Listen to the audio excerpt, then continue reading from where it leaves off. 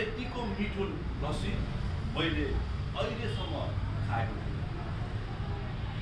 यतिको मिठो लस्सी पाउने लोकेसन भुटन देवी डेरी फार्म अनामनगर। धन्यवाद। आराम हुनुहुन्छ? ठिकै छु।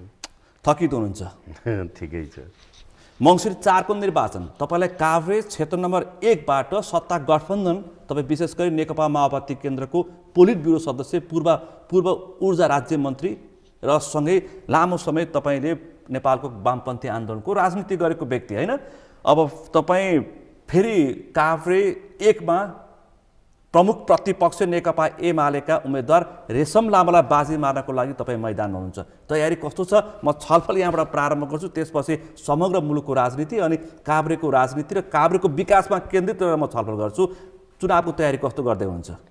अब पहिलो कुरो चाहिँ तपाईँको जो प्रश्न छ, यो टेलिभिजन हेरिरहनु हुने सबै मेरा आफ्ना मतदाताहरू, मेरा म प्रतिको चिन्ता चासो राख्ने जनताप्रति फेरि नमन गर्न चाहन्छु। तपाईँ मिडिया जो सगरमाथा टेलिभिजनले मलाई जुन स्थान दिनुभयो, जो अवसर दिनुभयो, त्यसैले तपाईँहरूलाई पनि यो टेलिभिजन परिवारलाई पनि धन्यवाद दिन चाहन्छु। अब खास गरी तपाईँले सोध्नुभएको प्रश्न चाहिँ म रेशमसँग चुनाव लडिरहेछ, तयारी गरिरहेछ भनेर भन्नुभयो, त्यो चाहिँ म रेशमसँग लडिरहेको छैन। कोसँग? म रेशम लामासँग लडेको होइन। म तपाईँको प्रतिस्पर्धा त्यसपछि कोसँग? मेरो चुनावको प्रतिस्पर्धा एजेन्डा हो। एजेन्डा? अहिले यति बेला म पहिलो कुरो चाहिँ प्रतिगमनका विरुद्धमा बेसरी लडेर आएको एउटा कार्यकर्ता हो, एउटा जिम्मेवार सदस्य हो। त्यस कारणले रेशम त एउटा पात्र न हो, मैदानमा देखेको एउटा पात्र, प्रतिगमनकारीहरूले उठाएको एकजना पात्र हो। रेशमलाई अगाडि प्रतिगमनकारीहरूले उठाएको एउटा पात्र, यति मात्रै। यति मात्र? यति मात्र।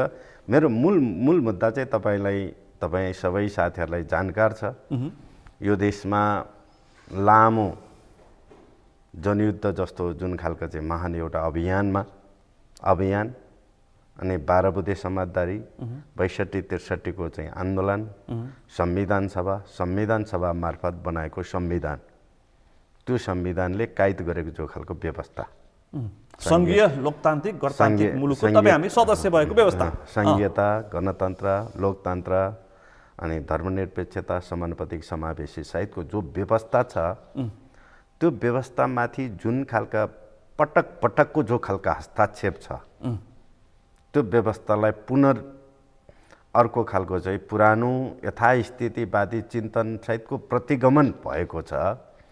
म त्यो व्यवस्थाको रक्षा गर्नुपर्छ, त्यो व्यवस्थालाई जनताको बिचमा निरन्तर रूपमा एउटा परिस्थितिसम्म चाहिँ एउटा खालको विकास गर्नुपर्छ भन्ने मान्यता, त्यो एजेन्डा सहित त्यो एजेन्डा र त्यो एजेन्डाको चाहिँ प्रत्यागमन गर्नुपर्छ र त्यो एजेन्डालाई चाहिँ खारिज गर्नुपर्छ, विघटन गर्नुपर्छ भन्ने जुन मान्यता राख्ने दुईवटा जुन खालका चाहिँ परास्पर दुईटा विरोधी दृष्टिकोणहरू छ, एजेन्डा छ, त्यसैले त्यो एजेन्डामा लडिरहेको छु। म मङ्सिर 4 को निर्वाचनमा त्यसलाई स्थापित गर्ने कुनै व्यक्तिसँग त मेरो कुनै उनै छैन।